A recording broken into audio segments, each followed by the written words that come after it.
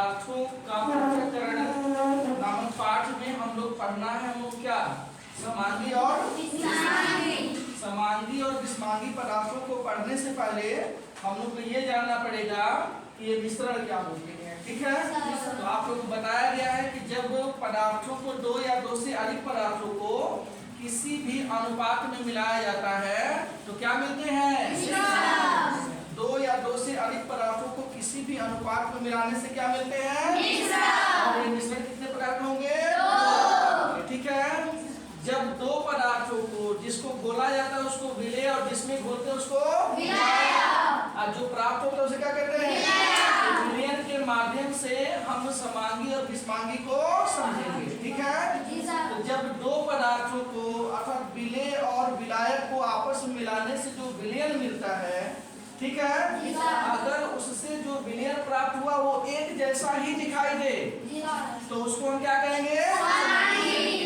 और जब दो पदार्थों को आपस में मिलाने से जो विलयन मिलेगा अगर उसमें दो अलग अलग चीजें दिखाई देती हैं, दो अलग अलग पदार्थ दिखाई देते हैं तो उसको क्या बोलेंगे हम लोग? जब दो पदार्थों को आपस में मिलाने से जो विलयन मिलता है अगर एक जैसा दिखाई देता है तो उसको समांगी कहेंगे।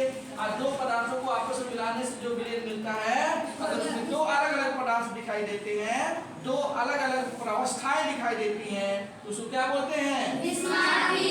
अब इसी समांगी और विषमांगी को हम एक प्रयोग के माध्यम से क्या करेंगे?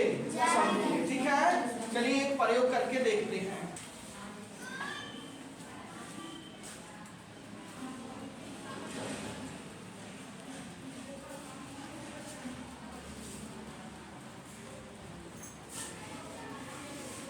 समांगी और विषमांगी पदार्थों को समझने के लिए हम एक प्रयोग करेंगे और प्रयोग के लिए हम दो ऐसे गिलास में क्या लिए हुए हैं? पानी लिए हुए हैं। तो पानी यहाँ पर विलायक का काम करेगा। किसका काम करेगा? विलायक क्या होते हैं?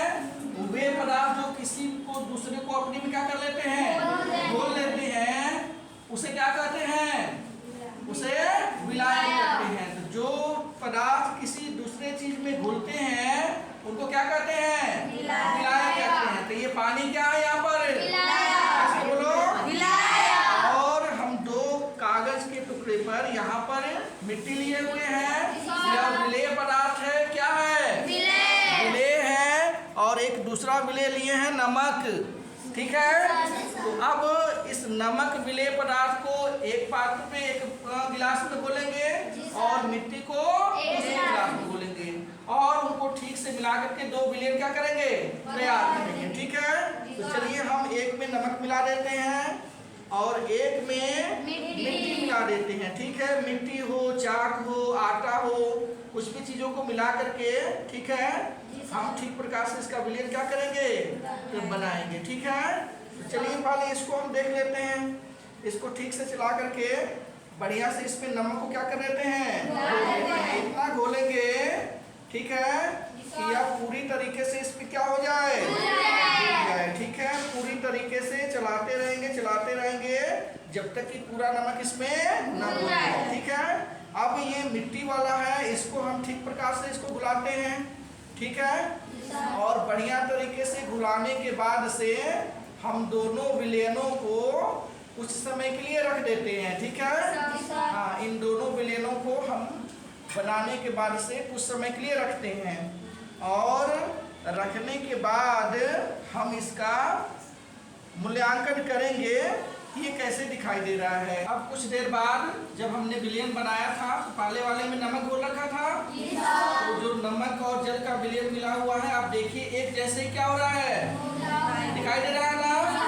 कैसे दिखाई दे रहा है? एक जैसा। तो कैसा विलयन हो जाएगा?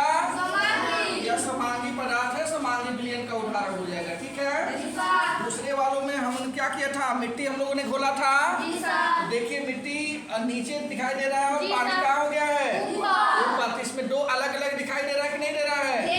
जब दो पदार्थ अलग अलग दिखाई देंगे तो ऐसे को हम क्या बोलते हैं?